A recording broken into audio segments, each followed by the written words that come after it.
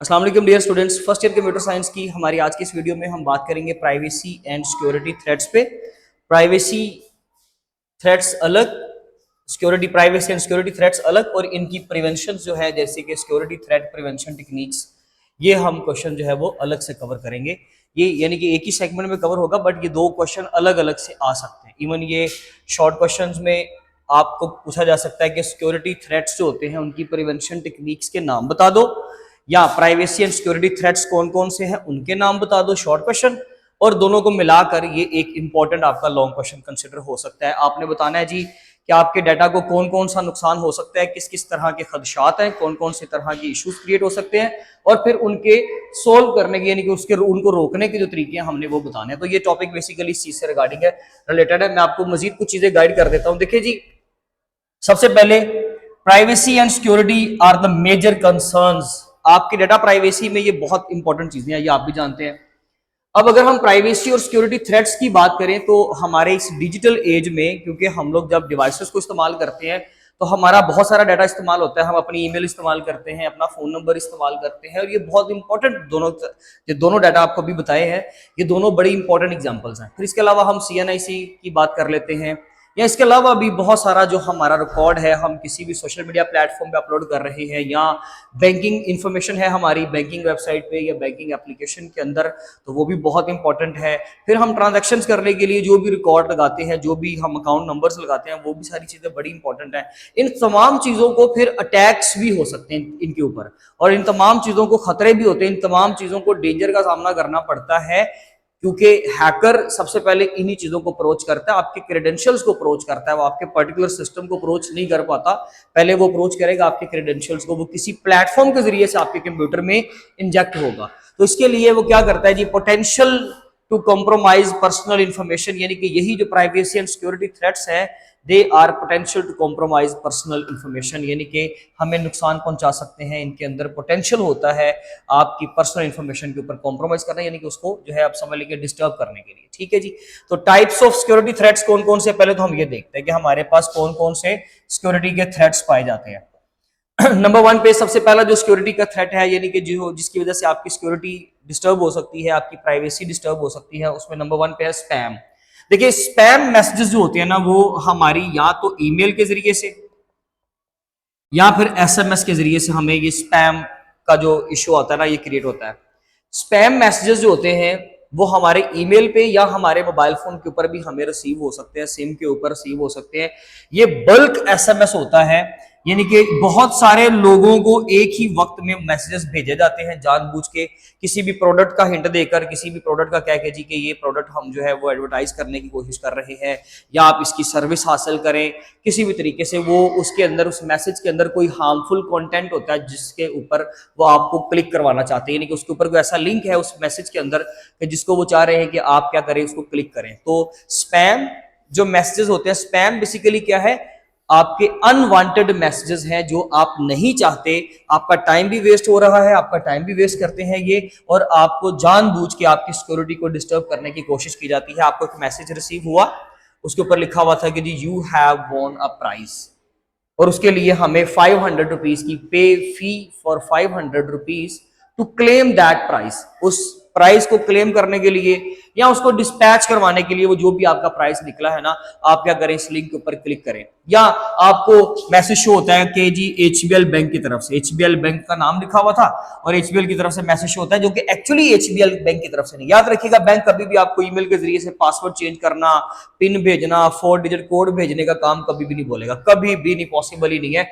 और आपको ईमेल पे क्या शो हो रहा है कि जी HBL की तरफ से कि your account is at risk, please change the password immediately and please press the link, please click on the below link. तो आप क्या करते हो, जो बंदे को जिसको अवेयरनेस नहीं होती वो उस लिंक के ऊपर डेफिनेटली क्लिक करेगा, और फिर क्या होगा कि उसके जितने भी जो भी उसके क्रेडेंशियल्स हैं, जो उसका इंपॉर्टेंट डाटा है, वो डेफिनेटली वो हैकर के या जो भी नेगेटिव इंटेंडेड पर्सन था वो उसके पास पहुंच जाएगा। तो स्पैम में बेसिकली ये चीज होती है। नंबर 2 पे स्पाईवेयर। स्पाईवेयर जब हम कोई भी फ्री गेम या कोई फ्री आप एप्लीकेशन किसी अनऑथेंटिक, अनरिलायबल सोर्स से जब उसको डाउनलोड करते हो ना तो साथ में अक्सर औकात स्पाईवेयर आ जाता है। स्पाईवेयर क्या करता है, ये एक मलिशियस सॉफ्टवेयर है, एक ऐसा मलिशियस सॉफ्टवेयर, एक ऐसा हार्मफुल सॉफ्टवेयर, और इतना जबरदस्त इसका काम कि ये क्या करता है, ये सीक्रेटली आपको पता भी नहीं चलेगा और ये आपको मॉनिटर कर रहा होगा। यानी कि जब आप लोगों ने वो जो भी अनरिलायबल सोर्स था आपने वहां से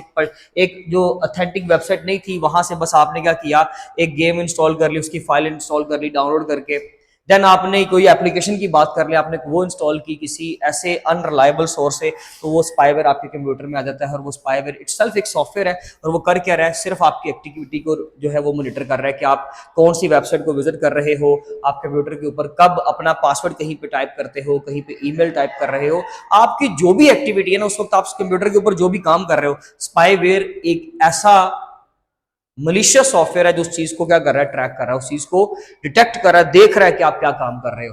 तो डेफिनेटली इससे हमारी प्राइवेसी जो है वो बहुत ज्यादा डिस्टर्ब होगी। आप उसी दौरान कोई ट्रांजैक्शनल रिकॉर्ड लिख देते हो, कहीं पे कुछ अकाउंट नंबर लिख देते हो अपना, या अपना कोई पासवर्ड मेंशन कर देते हो, तो डेफिनेटली वो स्पाईवेयर के जरिए से जो उसका बनाने वाला है वो सारी चीजें आपकी अपने तरफ लेकर जा सकता है, अपनी एक्सेस में ले सकता है। नंबर 3 पे हम अगर बात करें कुकीज की, तो कुकीज आर द फाइल्स जो कि आपकी डिवाइस के ऊपर रखवाई जाती हैं जिस सर्विस को आप इस्तेमाल कर रहे हो उसकी तरफ से। आपकी बुक के अकॉर्डिंगली अगर हम बात करें तो वो कहता है कि जी एक शॉपिंग वेबसाइट है, आप वो इस्तेमाल करते हो, ठीक है, आपकी फेवरेट शॉपिंग वेबसाइट है, आप जब भी उसको इस्तेमाल करते हो तो आपको हर बार ईमेल और पासवर्ड लगाकर उसको लॉग इन करना पड़ता है, ठीक है जी। उसमें आपके शॉपिंग कार्ट की सारी डिटेल है, या जो भी आपके फर्दर प्रीवियस जो भी आपकी पास्ट ट्रांजेक्शन है सारी वो उसके ऊपर सेव है, तो आपको उसको बार बार लॉग इन करना पड़ता है। तो आप कुकीज उसकी सेव कर लें। कुकीज सेव करने का मतलब ये होगा कि उसकी जितनी भी क्रेडेंशियल्स, यानी कि जो आप उसके ऊपर ईमेल और पासवर्ड वगैरह लगाते हो ना, वो सारी इंफॉर्मेशन की एक फाइल बनेगी और आपके कंप्यूटर के ऊपर, आपके कंप्यूटर के अंदर वो चीजें क्या हो जाएंगी, आकर स्टोर हो जाएंगी। एंड नेक्स्ट टाइम जब भी आपको वो ओपन करना होगा तो आप उन कुकीज के, क्योंकि वो कुकीज आपने स्टोर की होंगी, तो आप उनके ऊपर उन फाइल के ऊपर जब जाओगे, उस वेबसाइट के ऊपर जाओगे, तो वहां पर आपका ईमेल और पासवर्ड पहले से शोर होगा। आपको जस्ट क्या करना है, क्लिक करना है, यानी कि वो आपके जो ईमेल और पासवर्ड की इंफॉर्मेशन है वो आपको स्क्रैच से, शुरू से दोबारा से देने की जरूरत नहीं पड़ेगी, बल्कि वो पहले से वहां पर मौजूद है। ये कुकीज का किसी हद तक बेनिफिट है, लेकिन इसके नुकसान देखिएगा। असल में कुकीज के जरिए से क्या होता है कि एक वेबसाइट क्या करती है, जो भी आपकी शॉपिंग वेबसाइट है, वो प्रॉपरली उन कुकीज की कुकीज की फाइल्स के जरिए से आपकी सारी एक्टिविटी चेक कर रहे होते हैं कि आपने एक वेबसाइट के ऊपर जाकर क्या काम किया है, आपने एक वेबसाइट के ऊपर जाकर कौन सी प्रोडक्ट को लाइक किया है, कौन सी प्रोडक्ट को खरीदा है, या कौन सी प्रोडक्ट में आपको इंटरेस्ट था, कौन से ब्लॉग्स, कौन से आर्टिकल्स को आप लोगों ने ज्यादा ओपन किया है, वो हर चीज को क्या कर रहा होता है, ट्रैक कर रहा होता है उस वेबसाइट के ऊपर। कौन?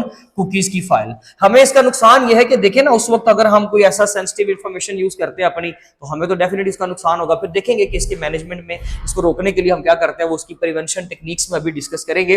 इसके अलावा नंबर 4 पे आता है जी हमारे पास फिशिंग। फिशिंग बेसिकली एक ऐसी स्ट्रेटेजी है, एक ऐसी टेक्निक है जो लोग इस्तेमाल करते हैं। ये बेसिकली एक तरह का, याद रखिएगा, साइबर क्राइम, ये एक बहुत बड़ा साइबर क्राइम है। इसमें लोग क्या करते हैं कि फिशिंग बेसिकली एक ऐसा मेथड है कि जिसमें आप लोग प्रिटेंड करते हो कि जैसे आप किसी के वेल विशर या किसी के दोस्त हो, उससे उसकी आइडेंटिटी, उसकी शनाख्त चोरी करने की कोशिश करते हैं, यानी कि उसके क्रेडेंशियल्स, यानी कि उसका ईमेल, उसका पासवर्ड, जो भी उसकी लॉगिन इन्फॉर्मेशन है किसी भी प्लेटफॉर्म की, आप उससे वो चुराने की कोशिश करते हो। वो चाहे ईमेल के जरिए से करो या वेबसाइट के जरिए से करो। याद रखिएगा, फिशिंग के 2 तरीकेकार होते हैं। आप ईमेल्स के जरिए से भी फिशिंग कर सकते हो, और आप लोग इसके अलावा वेबसाइट के जरिए से भी फिशिंग कर सकते हो। यानी कि फिशिंग का मतलब ये कि आपने क्या करना है, किसी को बेवकूफ बनाकर उसकी आइडेंटिटी आपने अपने अंडर करनी है, आपने अपनी एक्सेस में लेनी है उसकी आइडेंटिटी, और उस तरीके से उसको नुकसान पहुंचाना है।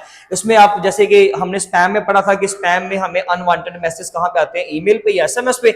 90% तो याद रखिएगा कि वैसे ये सारे जो इश्यूज क्रिएट होते हैं ना, हमारी ईमेल की वजह से होते हैं। हमें पता नहीं होता, वो अननोन नंबर से हमें मैसेज आते हैं, अननोन लोगों की तरफ से मैसेज आते हैं, वो सारा वो स्पैम फोल्डर में जा रहा होता है, ठीक है जी। तो यहाँ पर फिशिंग के भी 2 तरीके हैं कि ईमेल पे ईमेल रिसीव हो सकती है वही प्राइस वाली, या फिर वो आ जाता है कि जी आपको, आपका कोई वेकेशन का, हॉलीडेज का कोई आपको रिमाइंडर आता है, हॉलीडेज का कोई आपको मैसेज आता है, आपको लगता है कि जी हमारी कंपनी की तरफ से है।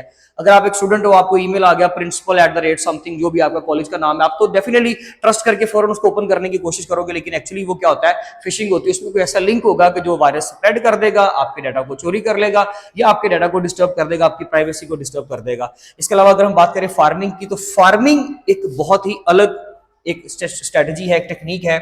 इसके अंदर ये होता है कि एक डेफिनेटली एक तरह का अटैक है। जब फार्मिंग अटैक होता है ना, आप यूआरएल के अंदर जहां पर यूनिफॉर्म रिसोर्स लोकेटर, जहां पर आप लोग अपना वो लिखते हो ना, लिंक लिखते हो बेसिकली बार के अंदर यूआरएल जो लिखते हो आप, उस लिंक को बोलते हैं।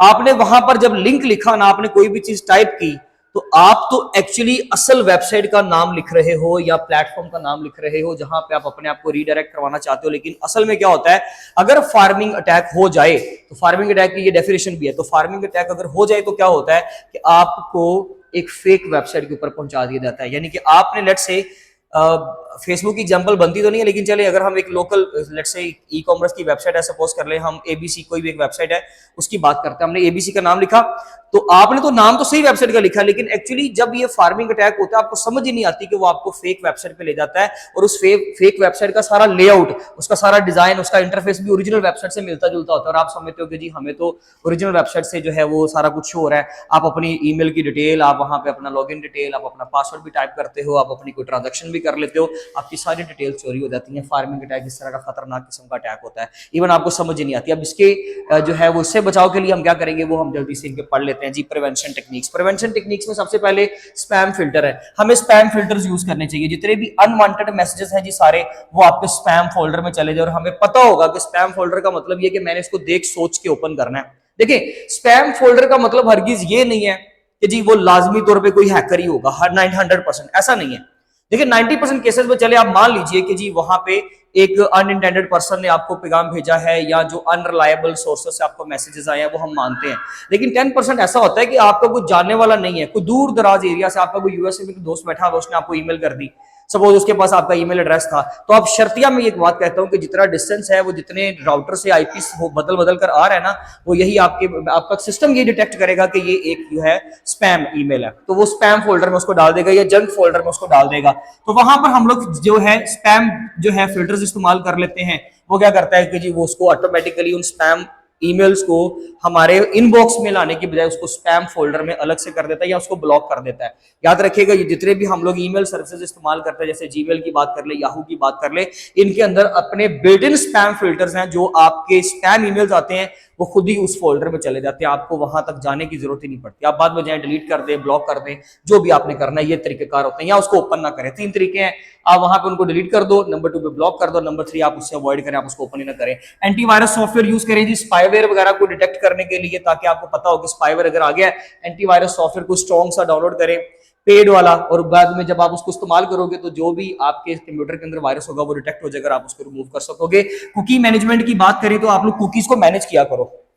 जितनी ऑथेंटिक वेबसाइट्स हैं उनकी कुकीज आप रख लें, यानी कि उनकी फाइल्स अपने कंप्यूटर पे पड़ी रहने दें, उनकी लॉगिन इंफॉर्मेशन आप सेव रहने दो। जब जाओ नेक्स्ट टाइम आप उस शॉपिंग वेबसाइट के ऊपर जा रहे हो, और उस शॉपिंग वेबसाइट के ऊपर आपकी जो कुकीज की इंफॉर्मेशन क्योंकि स्टोर्ड है, आपका ईमेल लॉग पासवर्ड पहले से लगा हुआ है, आपको दोबारा से स्क्रैच से पुट नहीं करना पड़ेगा, आपका टाइम बचेगा, ठीक है। लेकिन जितनी भी ऑथेंटिक वेबसाइट्स नहीं है, अनरिलायबल सोर्सेज हैं, उनको निकाल दो।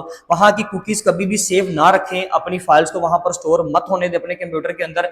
उसके लिए क्या तरीकाकार है जी, आप जाए हिस्ट्री में और वहां से जाकर कुकीज को लाजमी तौर पर स्टोर जो है वो आप डिलीट कर दें। दूसरा तरीका ये होता है कि लोग प्राइवेट ब्राउजिंग यूज कर लेते हैं। आप प्राइवेट ब्राउजर को यूज कर ले अपना, और इसके अलावा या फिर आप लोग जो है वो एक इनकॉग्निटो विंडो होती है, आप उसको इस्तेमाल कर सकते हो, ठीक है जी। ये वाला मोड आप इस्तेमाल कर सकते हो। इसके अलावा जी रिकॉग्नाइजिंग द फिशिंग, फिशिंग को कैसे रिकॉग्नाइज करें, सबके सोल्यूशन हम पढ़ रहे हैं ना आस्ता आस्ता। हम आगे जी फिशिंग पे, तो फिशिंग रिकॉग्नाइज करें, आपको पता होना चाहिए कि जिस ईमेल से मुझे मैसेज आया है क्या वो मेरा जानने वाला है।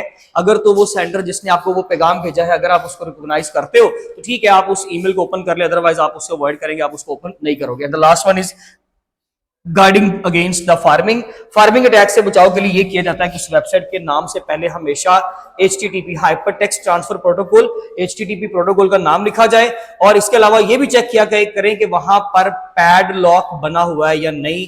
पैड लॉक इस तरीके से एक लॉक सिंबल होता है, जहां पर ये पैड लॉक आ जाए, आप समझ लीजिएगा कि वो एक सिक्योर वेबसाइट है, तो आप उसको इस्तेमाल करें। अदरवाइज सिर्फ आप उस नाम लिखकर किसी भी वेबसाइट पे चले जाते हो, आप ऊपर URL में मेंशन नहीं करते, सॉरी देखते नहीं हो जो भी मेंशन होता है, तो आपको समझ नहीं आती कि आप तो एक फेक वेबसाइट पे हो और आपने जो भी डिटेल्स दी हैं वो सारी आपकी जो है वो चोरी हो गई है, डेफिनेटली उसको कोई भी हैक कर सकता है या कोई भी आपको नुकसान पहुंचा सकता है। तो गार्डिंग अगेंस्ट फार्मिंग में हम या तो HTTP करेंगे, यानी कि प्रोटोकॉल का नाम लिख लेंगे, वेबसाइट से पहले ये लिंक लगा लेंगे। ये सिंपल से प्रोटोकॉल का नाम है जो वेब पेजेस को ट्रांसफर करवाता है आपके एक कंप्यूटर से दूसरे कंप्यूटर के दरमियान में। जो वेब पेज ट्रांसफर होते हैं ना, वो HTTP प्रोटोकॉल की वजह से होते हैं। आप उसका नाम लिख दो। या नंबर 2 पे मैंने आपको क्या तरीका बताया कि आप पैडलॉक का सिंबल दिखा करेंगे वहां पे मेंशन है या नहीं है। These are the prevention techniques. वो आपके इश्यूज थे और ये आपकी प्रिवेंशन टेक्निक्स थी। कंप्लीट एक लॉन्ग क्वेश्चन बनेगा, अंदर से कोई भी शॉर्ट क्वेश्चन आ सकता है। स्पाईवेयर क्या है, स्पैम क्या है, कुकीज क्या है। कुकीज एक इंपॉर्टेंट शॉर्ट क्वेश्चन कंसिडर किया जाएगा। ओवरऑल आपको नाम पूछे जा सकते हैं इसके भी और इसके भी। स्क्रीनशॉट लेने, अगर आपका कोई क्वेश्चन हो तो वो लाजमी तौर पर पूछ लीजिएगा। अदरवाइज इंशाल्लाह हम नेक्स्ट वीडियो में मिलेंगे। अपना बहुत ज्यादा ख्याल रखें। Thank you so much. अल्लाह हाफिज़।